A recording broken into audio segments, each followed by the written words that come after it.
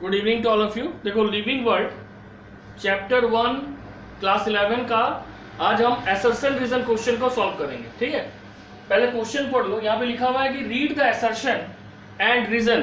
ठीक है, क्वेश्चन क्या लिखा हुआ है? Read the assertion and reason carefully to mark the correct option out of the option given below. ये 5 ऑप्शन है तुम्हारे पास।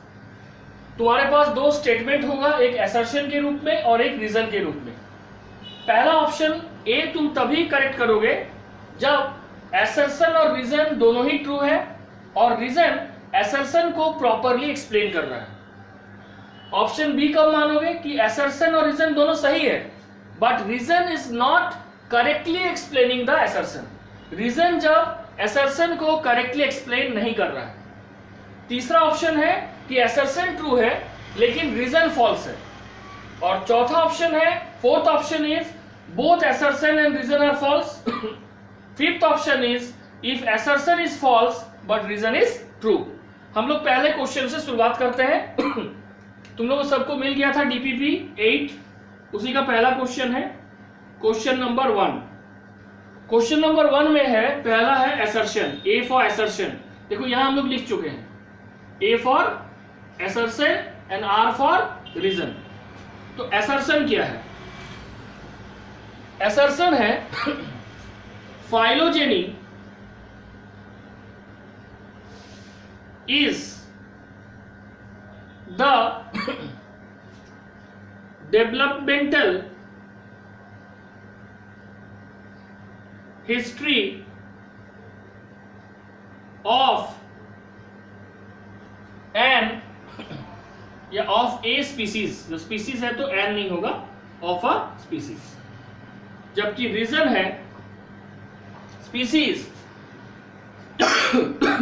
Species is the basic unit of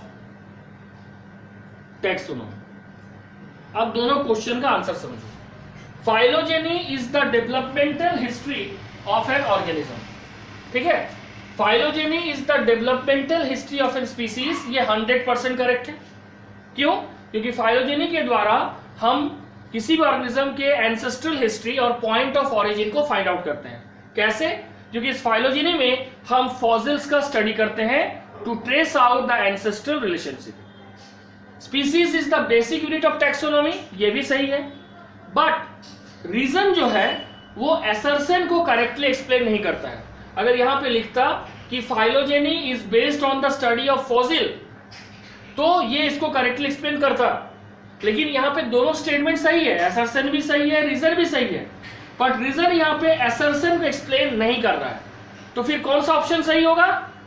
option B. क्यों? देखो, ऑप्शन बी हम तब मानेंगे when both assertion and reason are true but reason is not the correct explanation of assertion.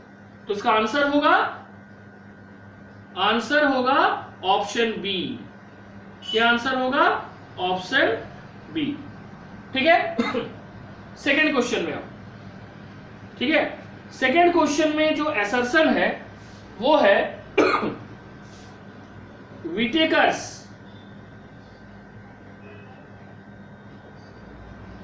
classification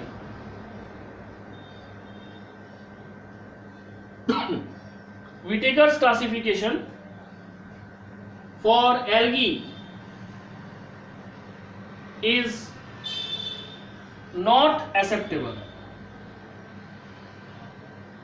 Whittaker's classification, ठीक है, विटेकर्स ने एल्गी का जो क्लासिफिकेशन दिया इज नॉट एक्सेप्टेबल। जबकि रीजन में क्या है? Whittaker grouped algae Whittaker grouped algae इन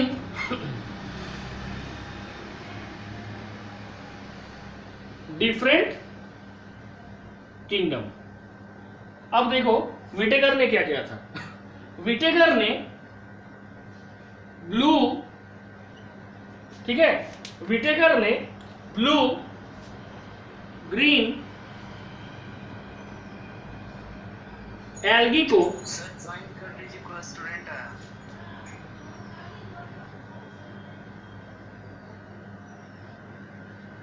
देखो विटेकर ने ब्लू ग्रीन एल्गी को मोनेरा किंगडम में रखा था। डाइनोफ्लैजेलेट्स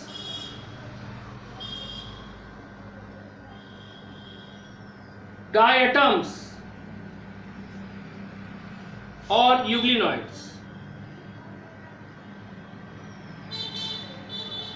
डायटम्स, डाइनोफ्लैजेलेट और यूग्लिनॉइड्स, इसको किस में रखा था? प्रोटिस्टा में।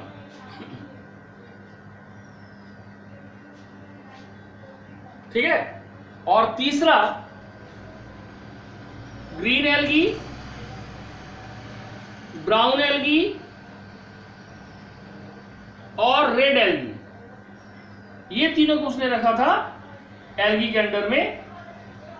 किसके अंडर? और किसके? प्लांट किंगडम में, प्लांटी। तो ये बात सही है कि Whittaker's classification of algae is not acceptable. क्यों? क्योंकि उन्होंने एल्गी को डिफरेंट अलग अलग ग्रुप में रख दिया।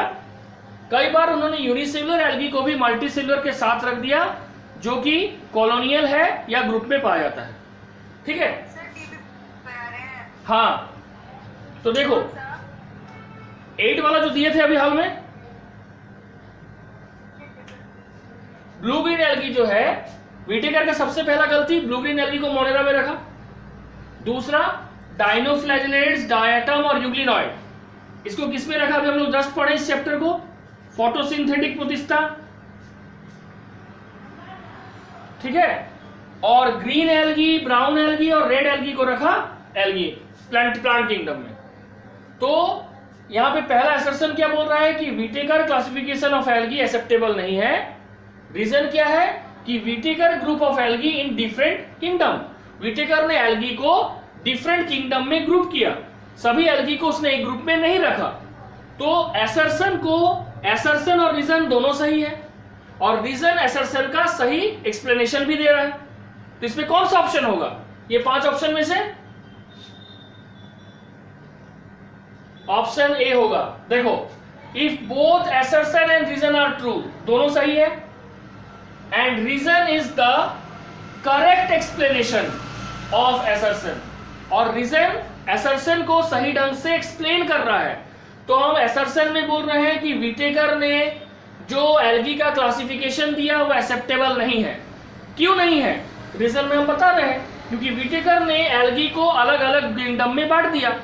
प्रूफ भी देखो, ब्लू ग्रीन एल्गी को मोनेरा में रख दिया, डाइनोफ्लैजेलेट, डायटम्स और यूग्लिनॉइड्स को प्रोटिस्टा किंगडम में रख दिया, ग्रीन, ब्राउन और रेड एल्गी को प्लांट किंगडम में रख दिया, है ना। इसलिए सबसे बेस्ट जो एल्गी का क्लासिफिकेशन माना जाता है वो फ्रिस्ट का माना जाता है, FRITSH। और फ्रिस्ट ने क्या किया था?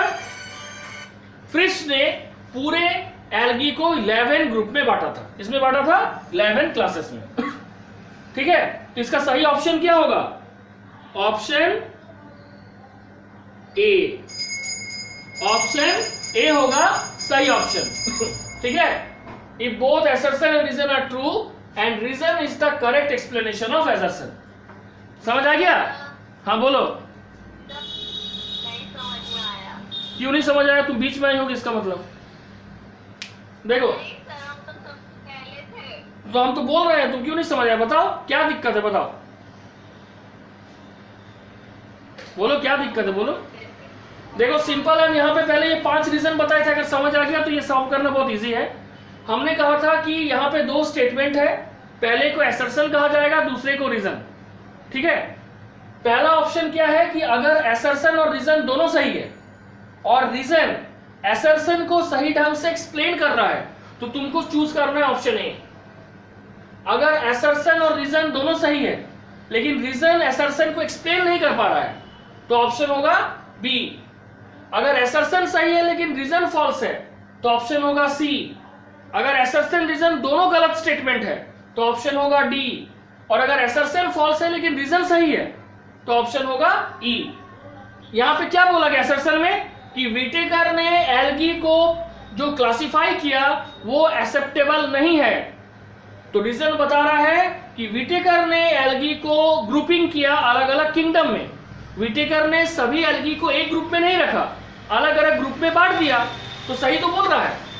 अगर वो एक ग्रुप में रखता तो उसको सब एक्सेप्ट करता। उसने क्या किया, ब्लू ग्रीन एल्गी को मोरेना में रख दिया, डायनोफ्लैजिलेट, डायटम्स और इग्नेट्स को किसमें रखा, फोटोसिंथेटिक प्रोटिस्टा में रख दिया, और ग्रीन, ब्राउन और रेड एल्गी को किसमें रख दिया, प्लांट किंगडम में।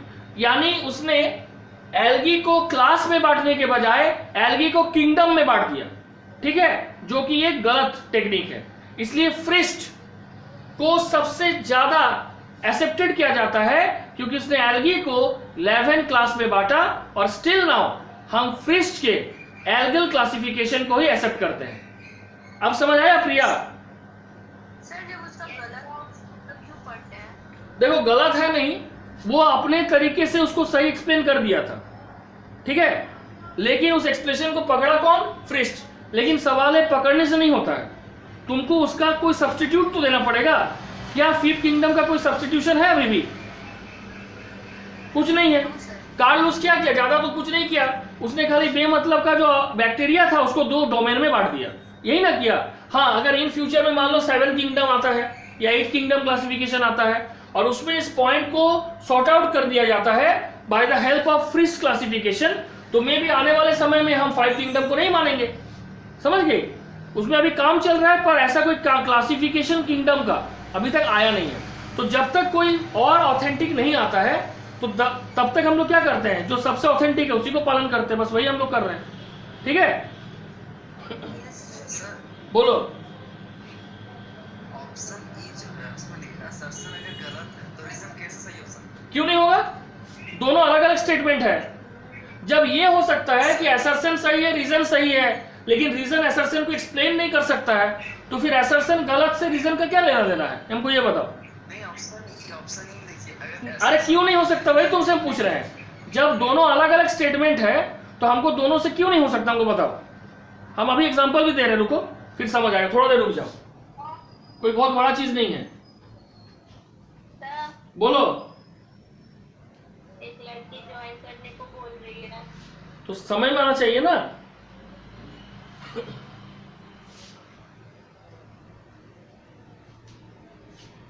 क्वेश्चन 3 में,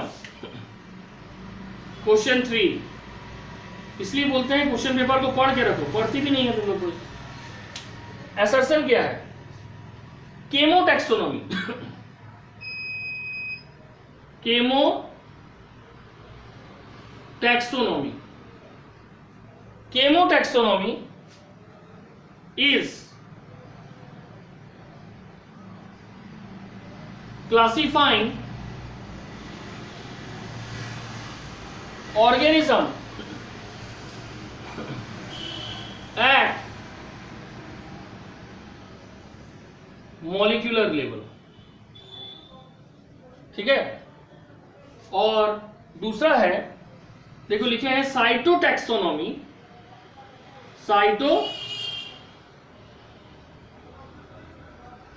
Taxonomy is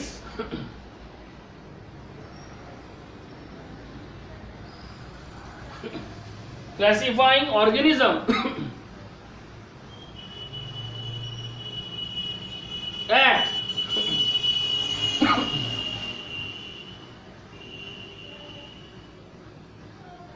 cellular level। Cytotaxonomy और केमोटैक्सोनॉमी। देखो केमोटैक्सोनॉमी उस टैक्सोनॉमी के ब्रांच को कहा जाता है जिसमें हम on the basis of chemical composition of different organism हम उसको क्लासिफाई करते हैं। जैसे प्रोटीन कितना परसेंटेज है, लिपिड कितना परसेंटेज है, कार्बोहाइड्रेट कितना परसेंटेज है, विटामिन्स कितने परसेंटेज में है, मिनरल्स कितने परसेंटेज में है, वाटर कितने परसेंटेज में है। और जब हम सेल के आधार पर, स्टडी ऑफ सेल, ठीक है, सेल के आधार पर या कैरियोटिपिक एनालिसिस के आधार पर, यानी क्रोमोसोम पैटर्न के स्टडी के आधार पर किसी ऑर्गेनिज्म को डिस्क्राइब करते हैं, दैट इज कॉल्ड साइटोटैक्सोनॉमी। अब यहां पे एक चीज देखो, केमोटैक्सोनॉमी असर्शन है और असर्शन 100% गलत है, क्योंकि केमोटैक्सोनॉमी मॉलिक्यूलर लेवल में कभी एक्सप्लेन नहीं करता है, ठीक है। हाँ या ना बोलो पहले, क्या होगा? हम जो बोल रहे हैं वो सही है कि गलत? सही है। ठीक है। और साइटोटैक्सोनॉमी सेलुलर लेवल में करता है, ये सही है। यानी एसर्शन गलत है लेकिन रीजन सही है, ठीक है। तो एसर्शन गलत, if both assertion is false but reason is true, तो ऑप्शन क्या होगा? ई। ये ध्यान देना, इसलिए तो ये देखो एग्जाम में ये क्लॉज आया हुआ रहेगा, तुमको खाली ये दोनों जानना पड़ेगा, और ये अगर डेप्थ होगा तभी तुम ये दोनों को सॉल्व कर पाएंगे। Option B. केमो में केमिकल होगा और साइटो में सेल। साइटोलॉजी का मतलब क्या होता है बताओ? Study of cell. Study of cell. तो यहाँ पे क्या लिखा गया है? ऑर्गेनिज्म एट सेलुलर लेवल, ठीक है। समझ आया? तो यहाँ पे ऑप्शन होगा ई। सुजीत समझ आया कैसे होगा? देखो एक बार फर्स्ट सेकंड बता दीजिए ना, हम ज्वाइन नहीं। अच्छा लास्ट में बता देंगे, अभी पहले सुन लो, ठीक है। लास्ट में बताएंगे, एकदम निश्चित बताएंगे, तुम चिंता मत करो, पहले लगातार समझ लो। क्वेश्चन 4 क्या है? हाँ, विटेकर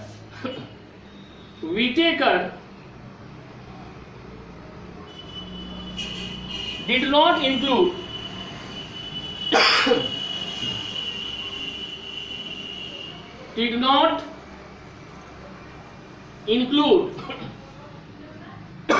unicellular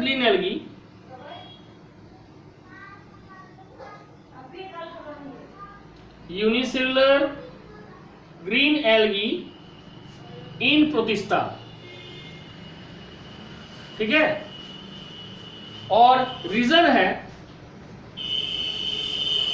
है डिस्टिंक्शन बिटवीन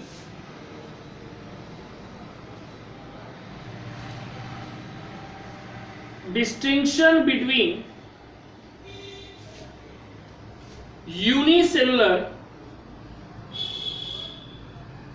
and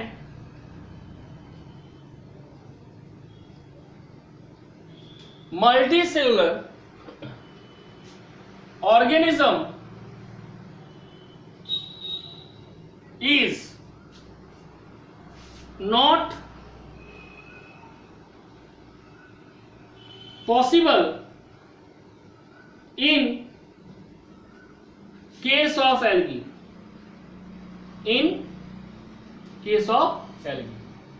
देखो बोला गया कि विटेकर ने, ठीक है, विटेकर ने इंक्लूड नहीं किया था यूनिसेलुलर ग्रीन एल्गी को प्रोटिस्टा में, और रीजन में कहा गया कि distinction between unicellular and multicellular organism is not possible in case of algae, ठीक है।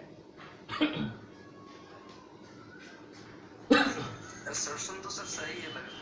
तो रीजन क्या है बताओ? रीजन सही है कि गलत? रीजन फॉल्स है। क्यों? अब मल्टीसेलुलर और यूनिसेलुलर को कैसे डिस्टिंग्विश कर सकते हैं? देखो ग्रीन एल्गी में बहुत सारा स्पीसीज है जो यूनिसेलुलर है, ठीक है, और ग्रीन एल्गी में जो यूनिसेलुलर स्पीसीज है, विटेकर ने क्या किया था कि जो यूनिसेलुलर और मल्टीसेलुलर ऑर्गेनिज्म है उसके बीच में ज्यादा डिस्टिंक्शन एल्गी में पॉसिबल इसलिए नहीं था कि सबसे पहले एल्गी का बॉडी क्या होता है? थैलॉइड। थैलॉइड हम किसको बोलते हैं बोलो? When the plant body is not differentiated into root, stem and leaf, ठीक है। तो एल्गी के सिंप्लिसिटी के कारण ये मुश्किल था कि एल्गी को यूनिसेलुलर और मल्टीसेलुलर में आसानी से डिफरेंशिएट किया जाए, इसलिए असर्शन भी सही है और रीजन भी सही है, और रीजन असर्शन को सही ढंग से एक्सप्लेन भी कर रहा है। वो बता रहा है कि distinction between unicellular and multicellular organism is not possible in case of algae, इसलिए इसमें ऑप्शन क्या होगा बोलो? सर हाँ ए नंबर। सर हाँ। प्रेजेंट टाइम में हाँ बोलो, प्रेजेंट टाइम में क्या बोलो? प्रेजेंट टाइम में साइंस तो ऐसा एल्गी का पता कर सकता है ना। अरे पता तो कर सकता है, लेकिन उसका प्रॉपर क्लासिफिकेशन सिस्टम भी तो देना पड़ेगा। फ्रिश ने क्या किया कि उसने सबसे अच्छे ढंग से एल्गी को 11 क्लास में डिवाइड कर दिया, लेकिन 11 क्लास में डिवाइड करने से मेरा मैटर सॉल्व नहीं ना हो रहा है। वो 11 क्लास किस ग्रुप में रहेगा? प्लांट में रहेगा, प्रोटिस्टा में रहेगा, या मोनेरा में रहेगा? ये तो आपको एक्सप्लेन करना पड़ेगा ना। सर यहाँ बात मल्टी सेलुलर का हो रहा सर। अरे भाई, तो यहाँ पे बात ये भी तो हो रहा है कि Whittaker did not include unicellular green algae. Green algae में याद रखो, ग्रीन एल्गी को उसने प्रोटिस्टा में इंक्लूड नहीं किया, क्योंकि प्रोटिस्टा में क्या होता है, यूनिसेलुलर यूकैरियोटिक ऑर्गेनिज्म आता है। बात को समझो मेरा। लेकिन सवाल है कि ग्रीन एल्गी सिर्फ यूनिसेलुलर भी तो नहीं होता है, ग्रीन एल्गी में मल्टीसेलुलर फॉर्म भी होता है, कॉलोनियल फॉर्म भी होता है, और दूसरा फॉर्म है, बात है कि एल्गी का बॉडी इतना सिंपल स्ट्रक्चर है कि उसको डिफरेंशिएट करना भी आसान नहीं है। समझ आया?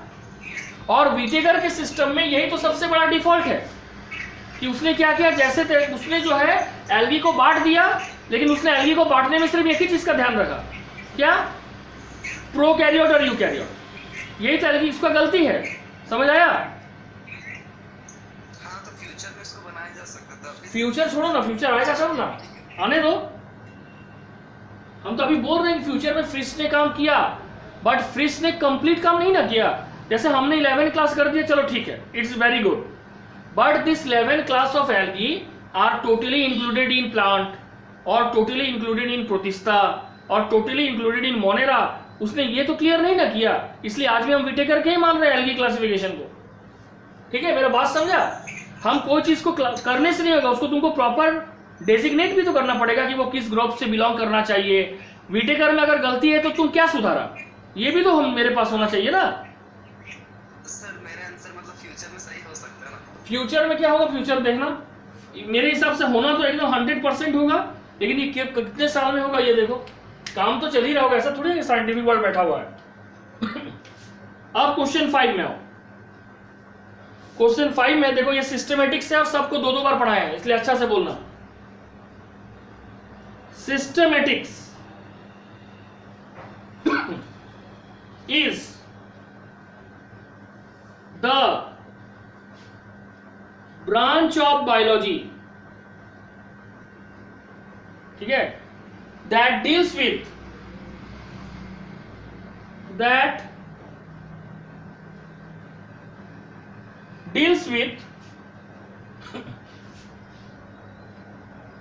classification of living organism. ठीक है, और रीजन में क्या है देखो, रीजन में है the aim of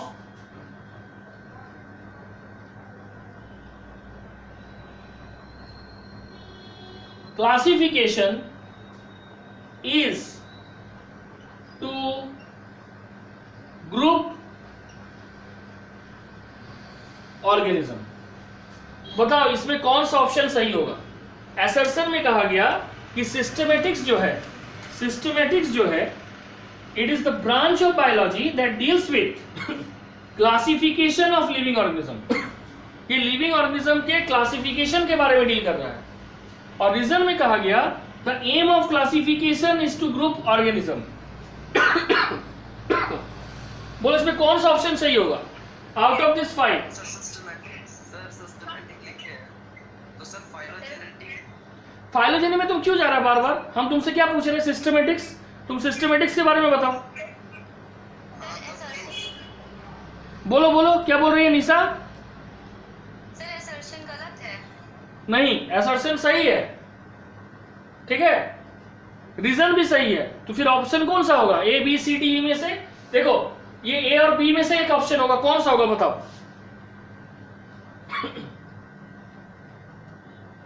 option A नहीं होगा, ऑप्शन बी होगा। क्यों होगा आप समझो ध्यान से।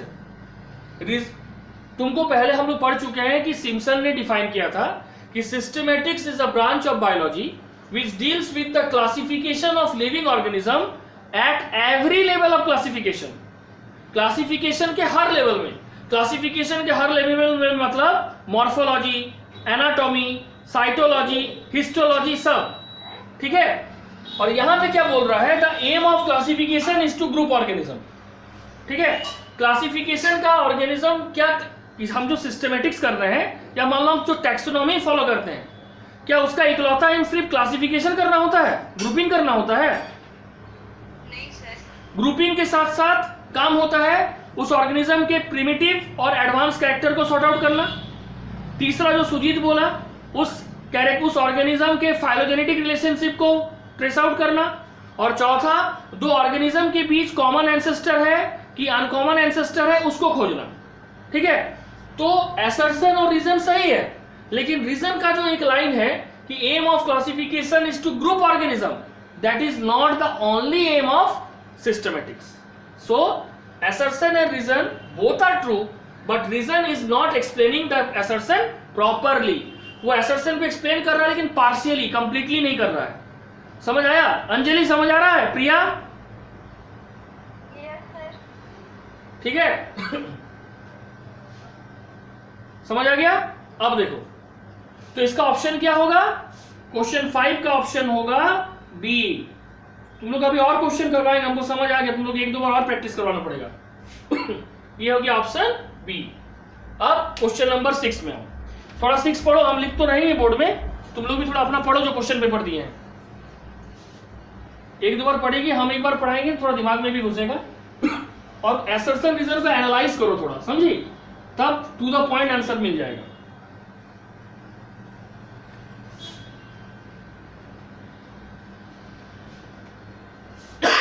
क्वेश्चन 6, पहले असर्शन में आओ। असर्शन क्या है?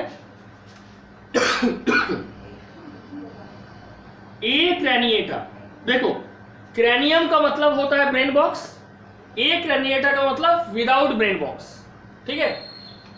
Acraniata is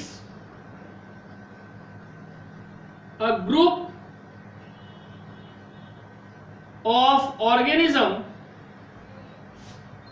which do not have distinct cranium, which do not have distinct cranium। अब रीजन देखो, रीजन ठीक है, इट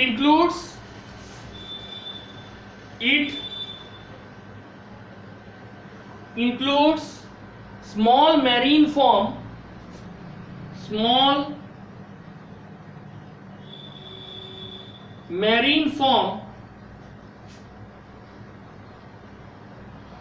विदाउट हेड, ठीक है।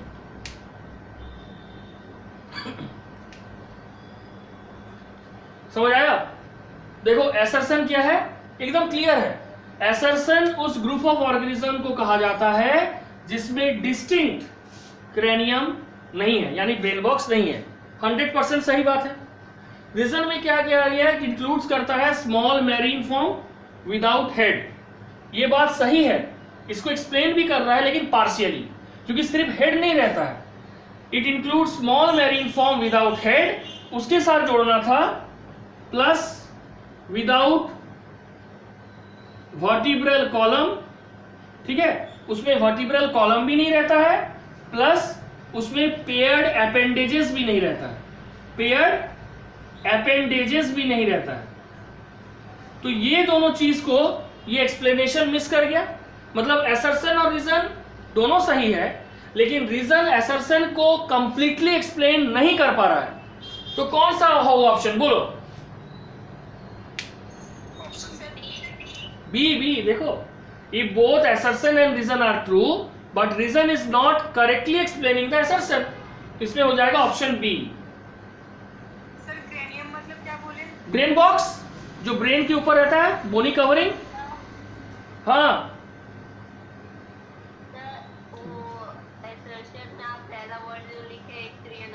अरे अभी तो बोले एक क्रेनिएटा का मतलब हो गया विदाउट क्रेनियम। क्रेनियम को नॉर्मल इंग्लिश में क्या बोलते हैं? Brain box. तो ब्रेन के ऊपर सबसे अपर मोस्ट कवरिंग होता है ब्रेन बॉक्स, और ब्रेन बॉक्स के नीचे 3 मेनिंजेस होता है, ड्यूरामीटर, एरेक्नॉइड और पायामीटर। समझ गए? तो यहां बोला जा रहा है कि ब्रेन के ऊपर क्रेनियम एब्सेंट है, तो जिसमें क्रेनियम एब्सेंट होगा उसको बोलेंगे ए क्रेनिएटा। समझ गए? तो ऑप्शन क्या होगा इसमें? बी। अब आ जाओ क्वेश्चन 7 में। क्वेश्चन 7 क्या है?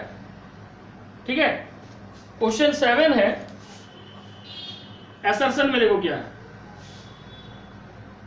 Taxon and category, taxon and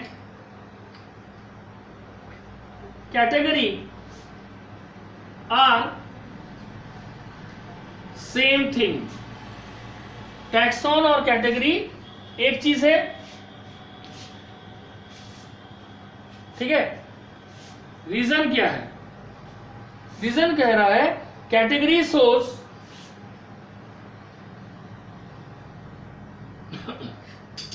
category source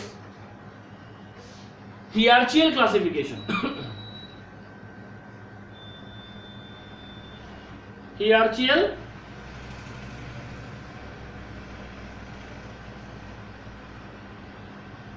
classification. समझ आया?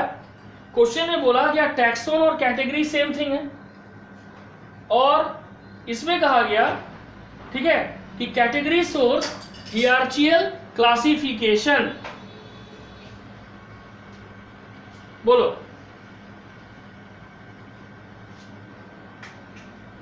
क्या होगा? ठीक से सोच लो। Taxon and category are same thing, ठीक है। 100% गलत है। क्यों? क्योंकि टैक्सॉन क्या है? It is a taxonomic group of any rank, ठीक है। जबकि कैटेगरी क्या बोल रहा है? ये हियरचियल क्लासिफिकेशन को दिखाता है। जैसे हम लोग लिखते हैं, ठीक है, देखो कैटेगरी क्या है? कैटेगरी एक रैंक है, ठीक है, और लेबल इन द हियरचियल क्लासिफिकेशन। लेकिन टैक्सॉन क्या है? It is a unit in classification. जैसे हम लोग बोल रहे हैं डिवीजन ब्रायोफाइटा, डिवीजन ब्रायोफाइटा कौन है ये? Division bryophyta. तो डिवीजन जो ब्रायोफाइटा है,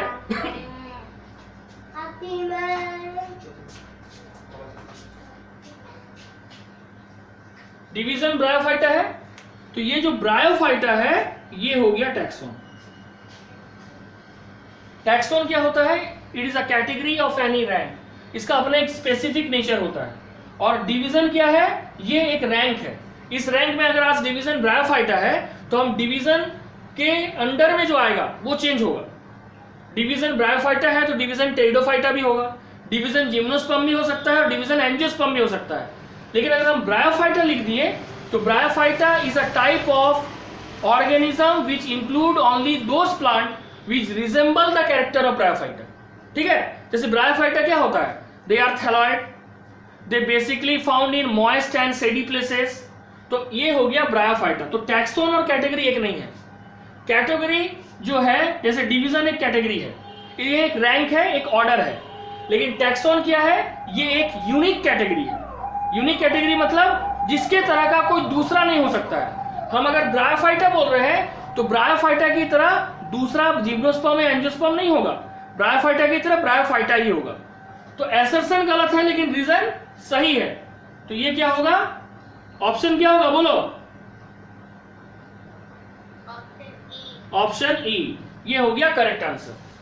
समझ आ गया सभी को? अंजलि, निशा, आप क्वेश्चन 7 में आओ तो चलो 7 तुम ही लोग बोलना हमको, हम लिखेंगे। 8, question 8।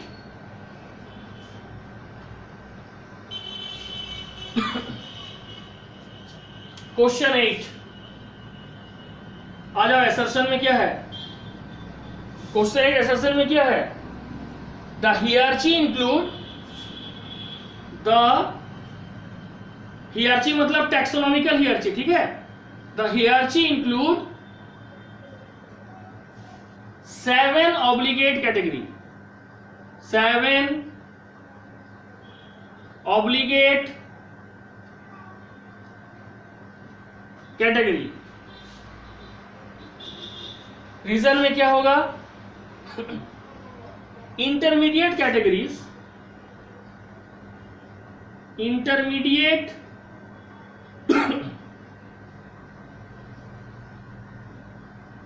Categories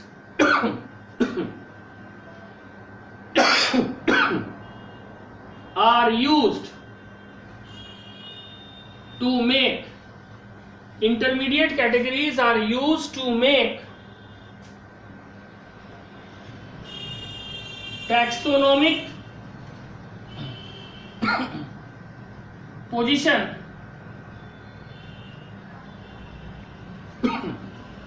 more informative, more informative, ठीक है। मोर क्या लिखा हुआ है? मोर इंफॉर्मेटिव। बोलो इसमें कौन सा ऑप्शन होगा? तुम ही लोग बोलो, चलो बोलो।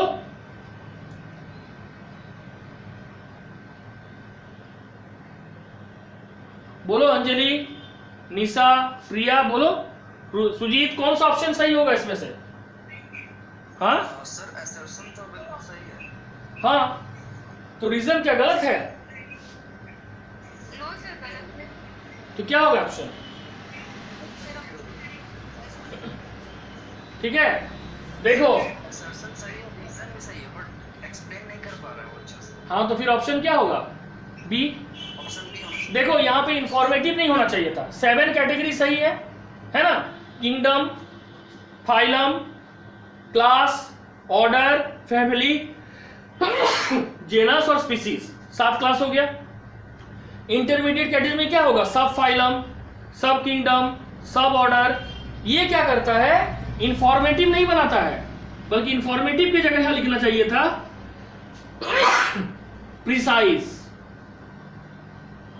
प्रिसाइज मतलब ऑर्गेनिज्म के क्लासिफिकेशन को और ज्यादा सिंप्लीफाई किया जाता है ताकि ऑर्गेनिज्म प्रॉपर्ली उसमें इंक्लूड किया जा सके, ठीक है।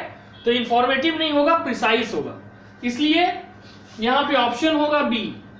ऑप्शन क्या होगा? बी, क्योंकि असर्शन रीजन दोनों सही है, लेकिन रीजन असर्शन को एक्सप्लेन नहीं कर रहा। अब क्वेश्चन नंबर 9 में आओ। 9 में असर्शन क्या है? The species is reproductively isolated, the species is reproductively isolated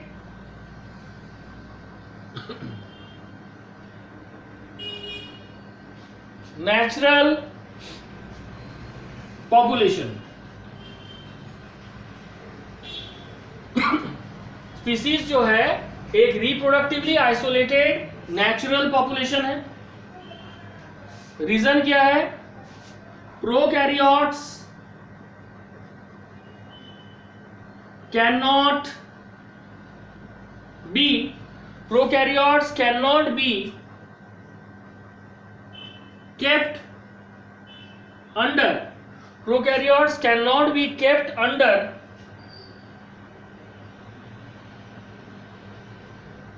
different species. Prokaryote cannot be kept under different species on the basis of reproductive isolation।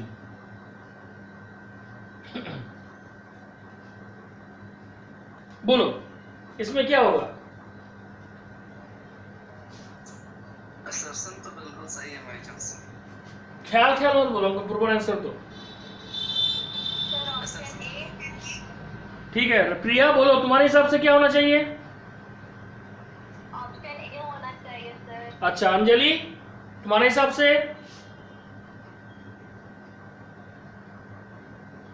Anjali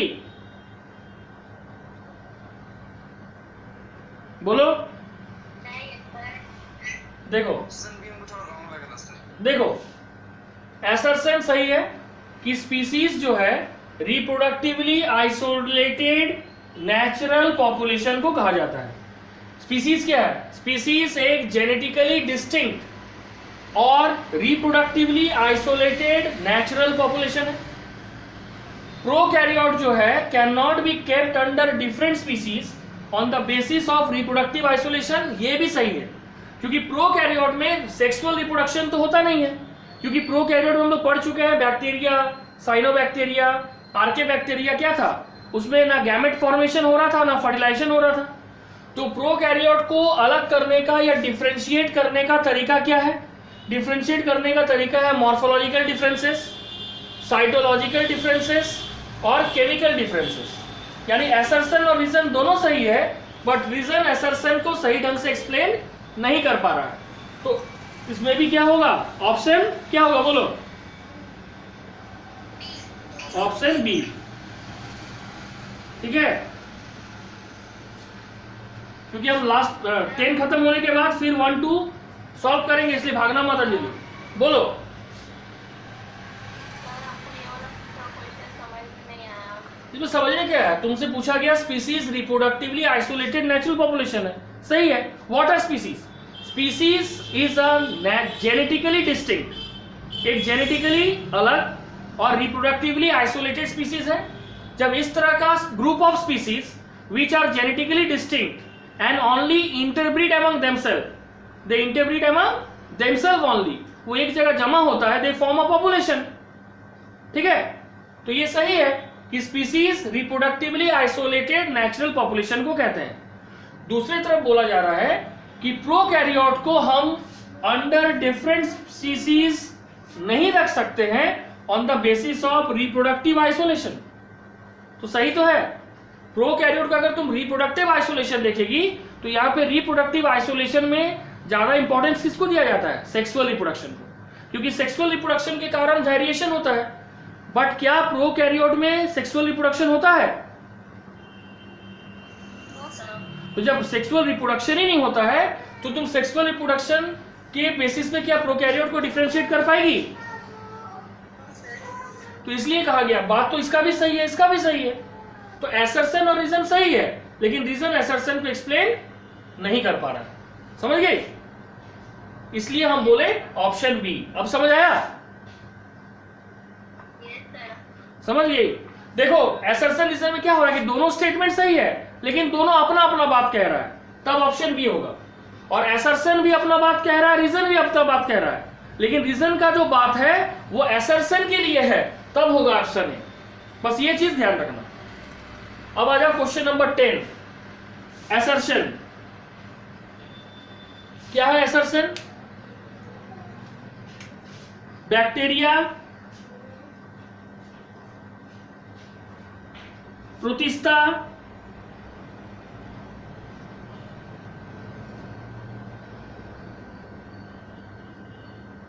do not have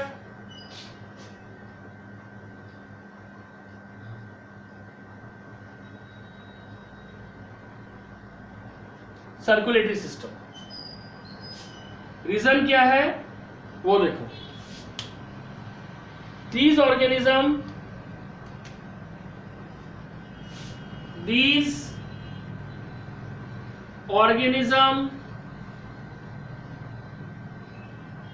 live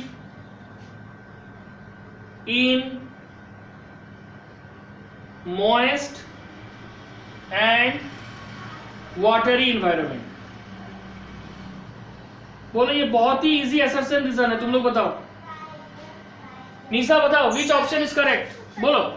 हाँ, sir reason तो सही लग रहा है। तो option कौन सा सही होगा हमको बताओ। सर ये सर हाँ देखो बी होगा। क्यों? देखो ये सही है कि बैक्टीरिया प्रोटिस्टा में सर्कुलेटरी सिस्टम नहीं है। ये भी सही है कि ये ऑर्गेनिज्म मॉइस्ट और वाटरी इन्वायरमेंट में पाया जाता है, लेकिन रीजन तो एसर्शन को एक्सप्लेन नहीं कर पा रहा। इसकी जगह हम रीजन मान लो, रीजन में ये स्टेटमेंट आता bacteria and Protista are unicellular organism.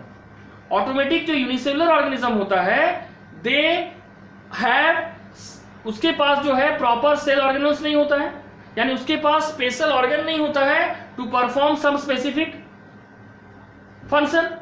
तो ये स्टेटमेंट अगर होता है इसकी जगह कि बोथ आर यूनिसेलुलर ऑर्गेनिज्म, तो ये इसको करेक्टली एक्सप्लेन भी करता, लेकिन ये नहीं किया। ये बैक्टीरिया प्रोटिस्टा के कैरेक्टर को बता दिया कि वो मॉइस्ट और वाटरी एनवायरनमेंट में पाया जाता है। तो असर्शन रीजन दोनों सही है, लेकिन रीजन असर्शन को एक्सप्लेन नहीं कर पा रहा है। तो इसका भी हो जाएगा ऑप्शन, क्या होगा, बी। समझ आया? अगर इसकी जगह मान लो इस लाइन में रीजन में ये लिखा हुआ रहता कि दीज आर यूनिसेलुलर ऑर्गेनिज्म, तो 100% सही था, क्योंकि यूनिसेलुलर ऑर्गेनिज्म में क्या होता है, डिवीजन ऑफ लेबर नहीं होता है। बस सिंपल आंसर है। अब देखो 1 और 2 जिसका छूट गया था, फिर से एक बार सुन लो। सर हाँ बोलो। ये प्रोटिस्टा तो यूकैरियोट्स है, तो उसमें सारा ऑर्गेनल्स प्रेजेंट होगा। तो एक बात तुम हमसे बता दो, तुम यहाँ पे सिर्फ प्रोटिस्टा के बारे में पढ़ रहा है? बैक्टीरिया भी बैक्टीरिया भी था, मोनेरा है ना? तो बैक्टीरिया तो प्रोकैरियोट हो गया और प्रोटिस्टा क्या हो गया, यूकैरियोट। तो हमको यहाँ पे एक ऐसा स्टेटमेंट चाहिए जो दोनों को करेगा। तुम इंडिविजुअली नहीं ना कर सकते हो। Statement must be such which explain both of them. तुम जो बोल रहा है तुम तो इंडिविजुअल स्टेटमेंट दे रहा है, और हम अगर बोल रहे हैं कि बोथ आर यूनिसेलुलर, तो यूनिसेलुलर में बैक्टीरिया भी आएगा और प्रोटिस्टा भी आएगा, नहीं आएगा सुजीत? Yes sir. लेकिन तुम जैसे यूकैरियोट बोला, क्या यूकैरियोट में बैक्टीरिया को इंक्लूड कर पाओगे? नहीं। तो रीजन में वैसा स्टेटमेंट देना है जो दोनों को एज्यूम करे, सिंगल एजम्पशन नहीं चलेगा। समझ गए? इस चीज का भी ध्यान रखना है, ठीक है? अब देखो क्वेश्चन 1 जिसका छूट गया, फिर से सुनो। असर्शन था phylogeny is the developmental history of species, 100% correct. Phylogeny के द्वारा हम ऑर्गेनिज्म के डेवलपमेंटल हिस्ट्री को पता लगाते हैं, क्योंकि इसके द्वारा हम उसके फाइलोजेनी को और एंसेस्ट्रल हिस्ट्री का पता लगाते हैं। दूसरा है रीजन है species is the basic unit of taxonomy, ये भी सही है। बेसिक यूनिट ऑफ क्लासिफिकेशन कौन है, स्पीसीज। लेकिन क्या असर्शन और रीजन दोनों सही है, लेकिन क्या रीजन असर्शन को एक्सप्लेन कर रहा है? आंसर होगा 100% नहीं। तो ऑप्शन 1 का ऑप्शन सही होगा बी, कि both assertion and reason are true but reason is not the correct explanation of assertion. ठीक है? क्वेश्चन 2 में आओ, देखो क्या लिखा हुआ है, ये तो और इजी है। Whittaker classification for algae is not acceptable. Assertion में कहा गया कि व्हिटेकर ने अपने 5 किंगडम क्लासिफिकेशन में जिस तरीके से एल्गी को क्लासिफाई किया है वो एक्सेप्टेबल नहीं है, वो मान्य नहीं है। रीजन में क्या कहा गया? Whittaker grouped algae in different kingdom. ठीक है? असर्शन भी सही है, रीजन भी सही है, और रीजन असर्शन को सही साबित कर रहा। कैसे? व्हिटेकर ने क्या किया? ब्लू ग्रीन एल्गी को मोनेरा किंगडम में बांट दिया, डाइनोफ्लैजेलेट, डायटम्स और यूग्लिनॉइड्स को प्रोटिस्टा में बांट दिया। ठीक है? और ग्रीन एल्गी, ब्राउन एल्गी और रेड एल्गी को प्लांट किंगडम में बांट दिया। तो 3 अलग अलग किंगडम में बांट दिया, जो कि सही नहीं है ना? तो हम लोग क्या बोल रहे हैं कि व्हिटेकर ने एल्गी के क्लासिफिकेशन जो किया वो एक्सेप्टेबल नहीं है। सही है। क्यों सही नहीं है? रीजन खुद बोल रहा है कि Whittaker grouped algae in different kingdom, so assertion and reason both are true and reason is explaining properly the assertion। तो ऑप्शन क्या होगा 2 का? बोलो अंजलि। ए होगा। समझ गए? सबको समझ आ गया? ठीक है? तो ये आज का हो गया। अब हम लोग नेक्स्ट डे चैप्टर 2 का क्वेश्चन सॉल्व करना शुरू करेंगे। ठीक है? हमारा नेक्स्ट डीपीपी चैप्टर 2 से रिलेटेड होगा। ठीक है? That's all for today. Thank you. और कल का टाइम सब अपने ग्रुप में लिख दो, 2 से 3।